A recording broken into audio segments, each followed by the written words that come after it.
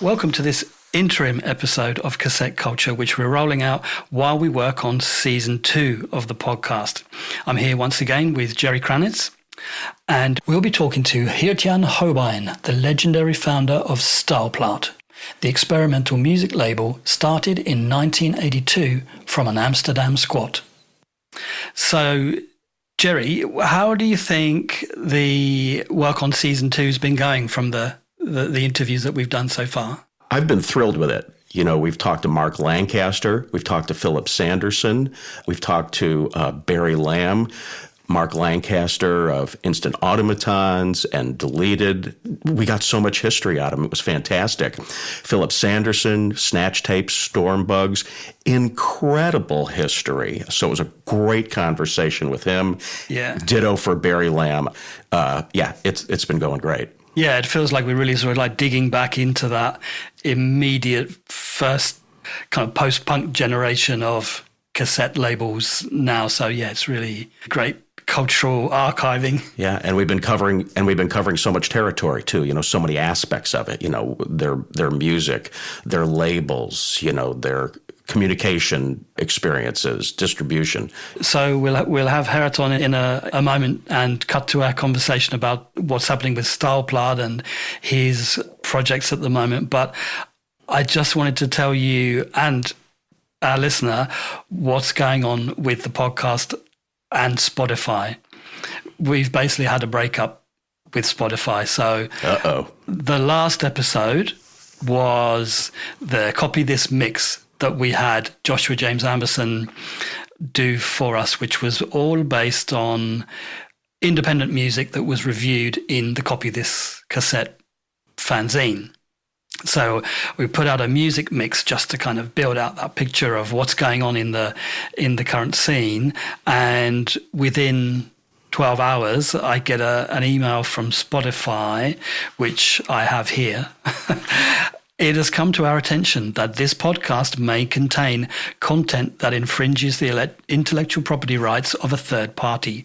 While this claim is under investigation, this content has been taken down. So I could click a link to appeal that decision, which I did, and I explained the overall picture of what the podcast is about, and that actually, you know, it's a historically based podcast. And then pretty much straight away the Spotify bot replied to me to say the whole podcast has been removed from Spotify because we want to ensure that creators are using the appropriate channels to share their content with our users. Spotify for podcasters should not be used to distribute music tracks, DJ mixes, or similar musical content. So what's kind of obvious about this is that the music that we had in the Copy This mix and largely use in the podcast, it's not music that's available on Spotify anyway. So it basically conflicts with their business model, which is charging listeners to listen to music. Well, the good news is you've still got a lot of other platforms. There's a lot of, we're basically everywhere on YouTube, Apple Podcasts, Pocket Casts, etc., etc. All right, so let's listen to the conversation that we had with Geert from Staalplaat. Awesome.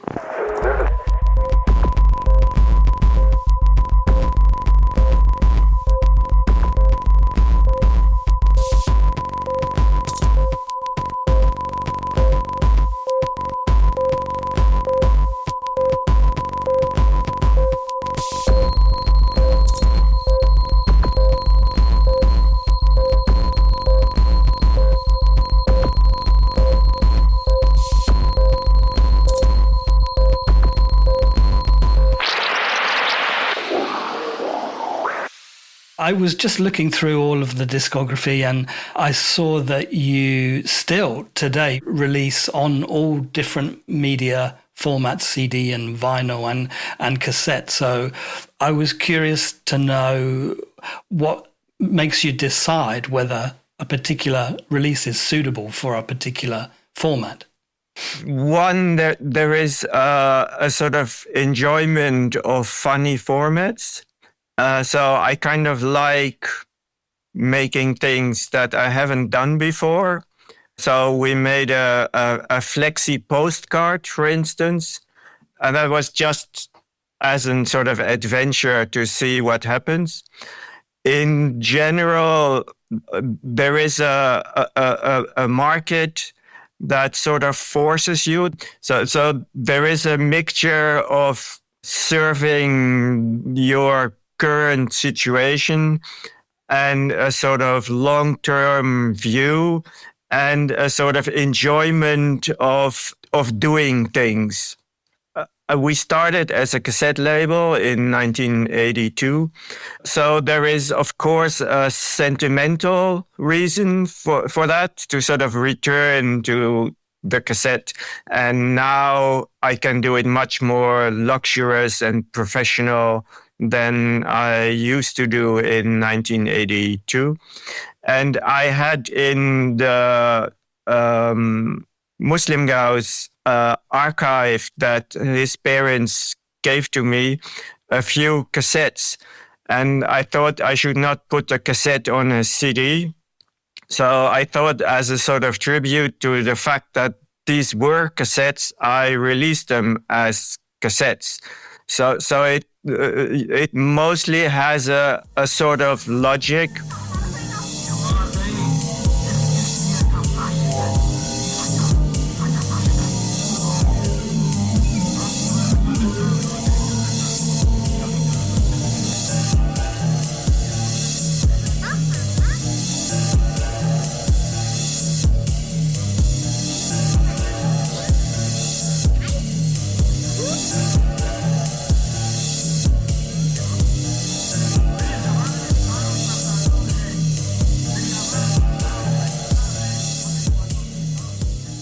So you mentioned having the access to the Muslimgauze unreleased materials.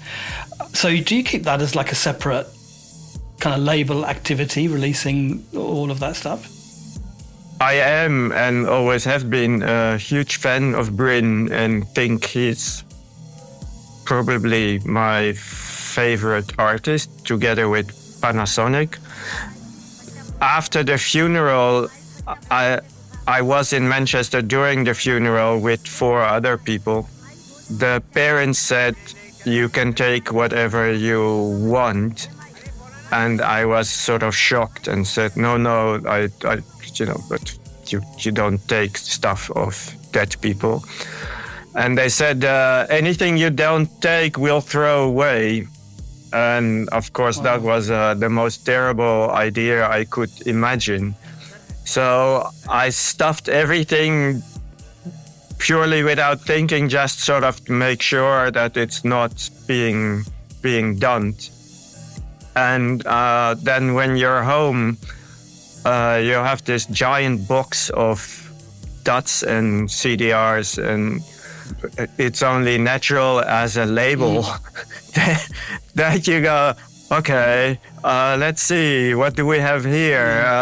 So I'm going through it and think I should release anything that is that makes sense. So anything that's not an earlier version of other releases, because there are quite a few of those. Yeah. So yes, and the Muslimgauze has this enormous group of fans that is expanding. I mean, for 3 days I spoke with Turkish documentary makers who want to make a Turkish documentary about Muslimgauze. I did want to get to the point that you're still releasing this right now, and I spotted the Tape 13 package, which was on the Bandcamp, which just in terms of that, like, packaging design, comes with the pair of socks. Wait. I just wanted to get the socks story in there, Jerry. That's okay. Aha! Yeah, there you go. Here's the sock. Yes. That's actually how things go.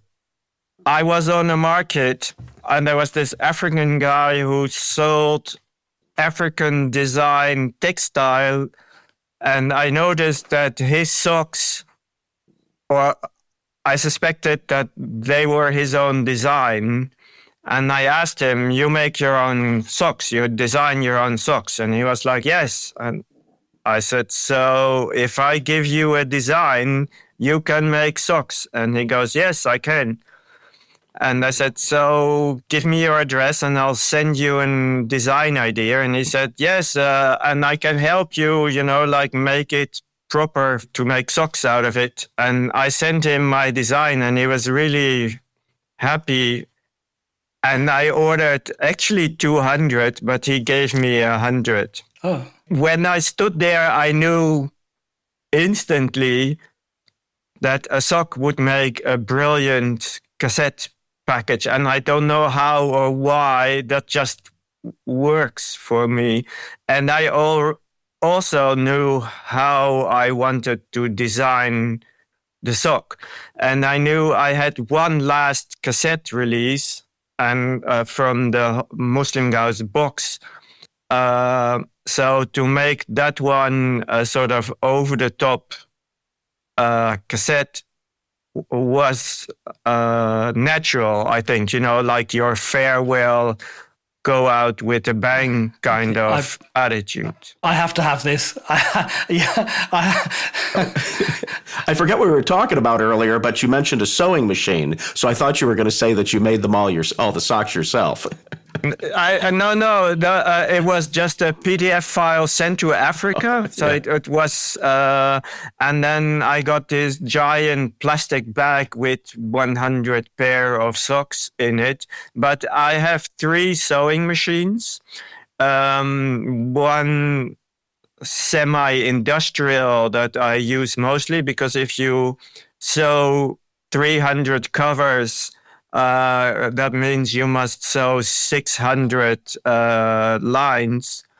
And I had a normal consumer sewing machine before, and I have an old school sewing machine repair shop in my neighborhood. And that man looked at me and he said, you know how many times a normal sewing machine is used? Once every 3 months. And I said, I think that's not how. And he said, you need an industrial machine for what you do. And, sometimes I even made 700 covers, and then that machine is sort of running for 2 weeks nonstop every day. And I have a embroidery machine. Let's see. So this is embroidered on. So I made my own cassette labels on the embroidering machine. Actually, I always think of ideas that is really easy to think of and then really terrible to make. And then I promise myself to never do that again.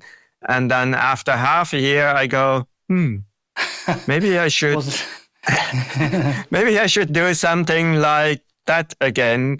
This is really neat. With Bryn's parents' blessing, you have all this archival material that you've just been making available, and you've got a nice historical site on Bandcamp dedicated to him. That's great. Yes. I think he would have liked it all to be as available as possible. So I just checked, and the socks are sold out on Bandcamp now. Yes. And it's not even on Discogs. Oh, damn. So everyone who bought it wants to keep it. I'm really happy with that. Yeah, I mean, for the collectors, it's terrible, but for me, it's a really good sign that everyone wants to keep it. Yeah. So.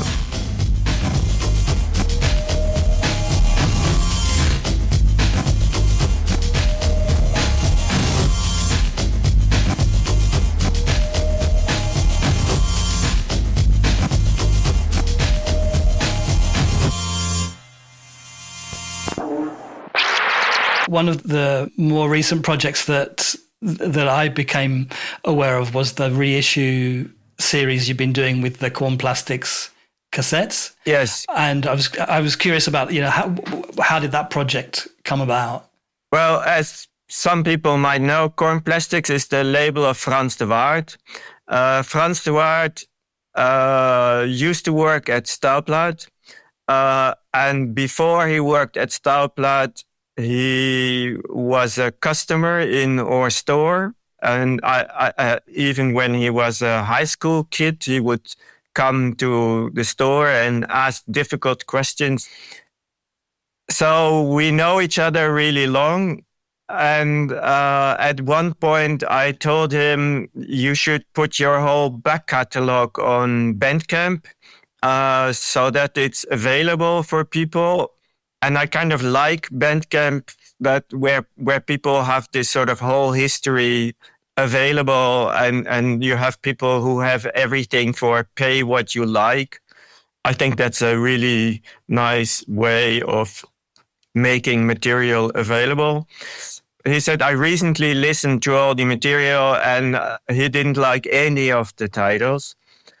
And I said, I think there's really nice stuff in there and you should do that. And then he said, well, you know, if you really want to, then you should do it.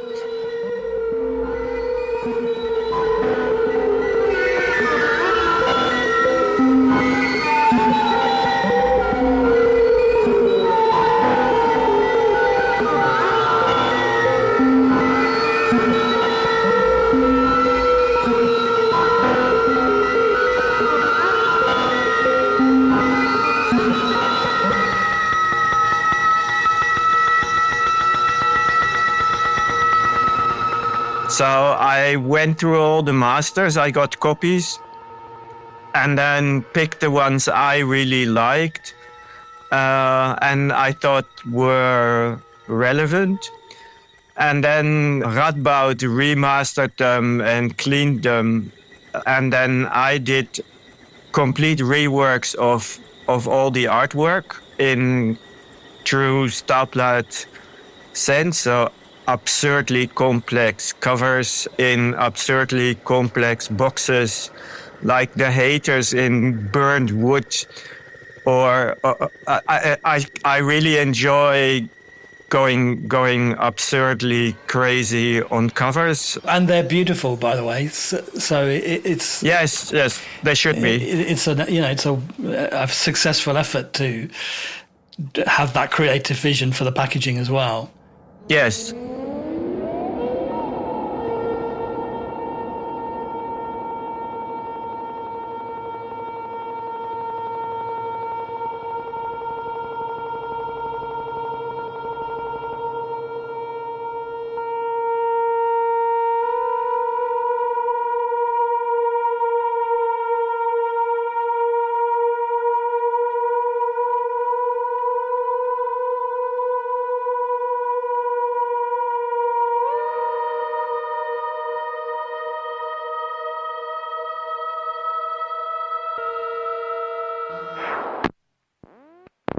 You've talked about the Staalplaat sound system being your own installation work. How do you see the relationship between that sort of artistic output and the label release output? There was a period where, as a label, you were asked to do curating work. And I noticed that other labels were curating festival days. So you had a Touch event and Mego and Raster. And so we were also invited to participate in festivals. My first show was actually a joke I made. So a curator called me and she was in panic because one artist fell out of the program and said, I need another show. And I said, well, there is always the Staalplaat sound system. And she says, yeah, I'll take it. And I was like, don't you want to know what they do? And she goes, no, and hung up. And then I had my show and I was really nervous because I didn't know what I was supposed to do and I'd never done anything before. Oh. So I had my first show in France just this way. And so my label history got me the first show, and I was invited by festivals who were saying, "You have anything to do with that label, Staalplaat?" And I go, "Yeah, I do." But now it sort of returns. So my last releases were other sound artists that I've met over the year and had never released anything. And I thought they're really good. Mm-hmm. So I've released some impossible to sell sound art records. And I still am most interested in actually colleagues. So sound art stuff. We've talked about Bandcamp, but I found 3 different Bandcamp sites of yours. I think we're clear on the Korm Plastics one, and that seems to be all cassette plus, of course, digital. But then I also found a Staalplaat label.bandcamp and a Staaltape.bandcamp. So what are those and the difference between those two? Well, Staaltape isn't me. That's really the simple, short version. Oh. Staalplaat is me. So a long time ago, when I didn't do cassettes, I had a friend in Berlin who had a cassette label. And he asked me if he could use that name. And I trusted his taste. And he's always this really extremely small scale kind of, edition of 20 copies release. And I was like, yeah, sure, why not? And of course he asked because he realized that using Staaltape as a name makes life easy. And so I thought, cassettes, I didn't expect me to do that. That was in 2000 something, and that wasn't really on my radar. And it was long before I went to Bandcamp. And I gave it to him, and I think I'll kill him when I take it from him. So it's his now, and it's confusing for people. He's not doing anything that I really oppose, so I let him do it. So it's his now. So the Staalplaat label.bandcamp, that one is yours? Yes. And the Staaltape? Yes. It's funny because I started as Staaltape in 1982, doing really early cassette releases. You see, I don't really plan. I sort of take whatever sort of comes in front of me.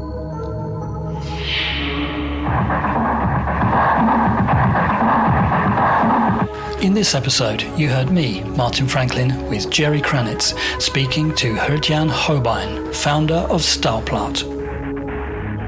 The music you heard started with Headphonics by Ryoji Ikeda, released on Staalplaat. The Zealot flexi-postcard by Muslimgauze, and track A1 from Tape 13 by Muslimgauze.